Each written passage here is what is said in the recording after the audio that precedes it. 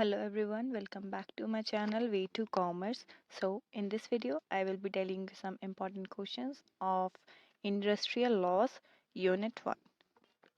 So the first question is explain the provisions of Employees Family Pension Scheme under Employees Provident Funds and Miscellaneous Provisions Act 1952.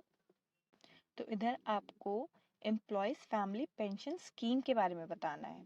फिर उसके जो provisions हैं मतलब जो उसके rules regulations हैं वो बताने हैं आपको कि कौन कौन से मेंबर्स कवर होते हैं और रिटायरमेंट के बारे में क्या बोला गया है इसमें।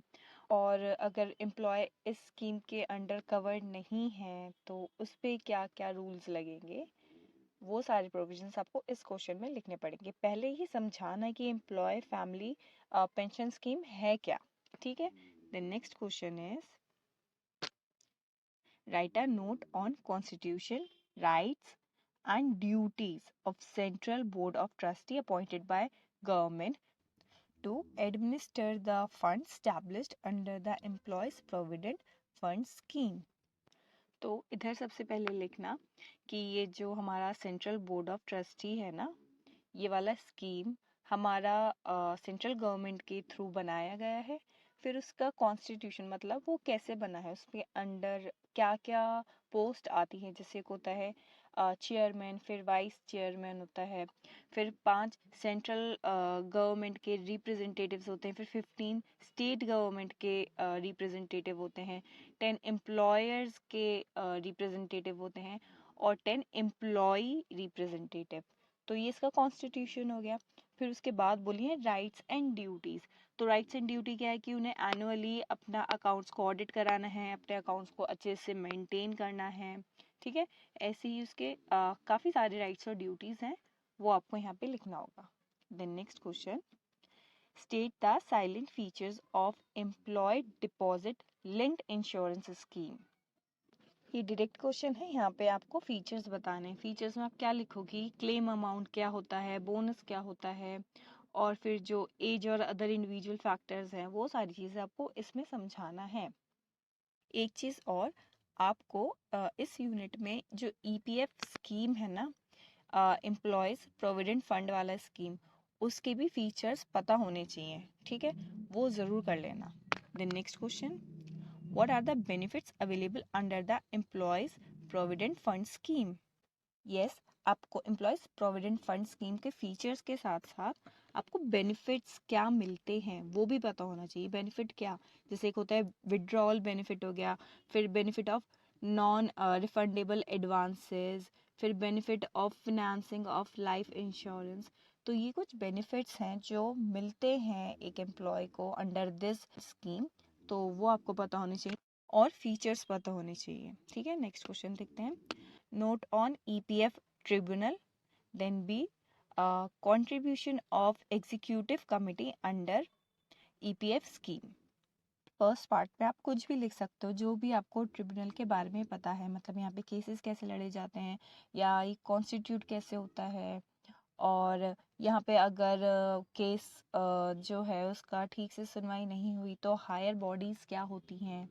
ठीक है, तो आप यहाँ पे अपने अकॉर्डिंग कुछ भी लिख सकते हो क्या, क्योंकि यहाँ पे सिर्फ एक नोट मांगा है आपसे ट्रिब्यूनल के बारे में जो ईपीएफ का बना हुआ है। ठीक है।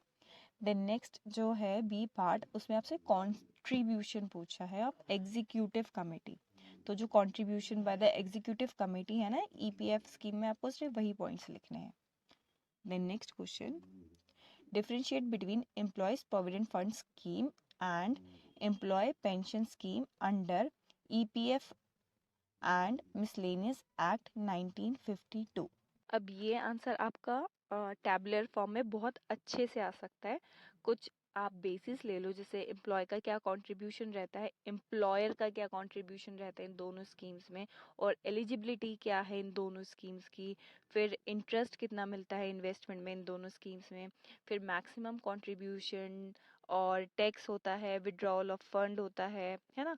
तो ये कुछ आपको 8-10 बेसिस मिल जाएंगे इसके डिफरेंसेस के, वैसे भी लिख सकते हो या फिर आप पहले ईपीएफ स्कीम का समझा दो जितना भी आपको पता है, उसके रूल्स रेगुलेशन प्रोविजंस। फिर बाद में आप एम्प्लॉय पेंशन स्कीम के रूल्स रेगुलेशंस और जितना भी आपको पता है वो लिख सकते हो, अगर आपको टेबुलर फॉर्म में नहीं आता है तो। ठीक है। Then next question, differentiate between employees deposit linked insurance scheme and employees pension scheme. Again ये क्वेश्चन भी आप टैबुलर फॉर्म में लिख सकते हो कि इन दोनों स्कीम्स का मतलब क्या है, ये कब लॉन्च हुई थी, इनके ऑब्जेक्टिव्स क्या हैं, और कंट्रीब्यूशन बाय द एम्प्लॉयर्स क्या है, और फिर किस टाइप की स्कीम है। इंश्योरेंस वाली स्कीम कौन सी इंश्योरेंस स्कीम है, और एम्प्लॉयज पेंशन स्कीम हमारी पेंशन स्कीम है ना। टाइप ऑफ स्कीम में आप ऐसे लिख सकते हो। या फिर आपको अगर टैबुलर फॉर्म में नहीं समझ आ रहा है तो अगेन आप पहले एक स्कीम पूरा समझा दो, एम्प्लॉयज डिपॉजिट लिंक्ड इंश्योरेंस वाला स्कीम समझा दो पहले, फिर उसके बाद आप पेंशन स्कीम समझा दो। देखो ये जो यूनिट है ना, इधर आपको डिफरेंट डिफरेंट स्कीम्स पढ़नी है। तो अगर आपको ऐसे टैबुलर फॉर्म में नहीं समझ आ रहा है तो जो स्कीम्स है ना, उसके बारे में आप उसका फीचर समझ के जाओ। ठीक है। उसकी एलिजिबिलिटी पता होनी चाहिए आपको, और उस स्कीम का क्या बेनिफिट है ये पता होना चाहिए।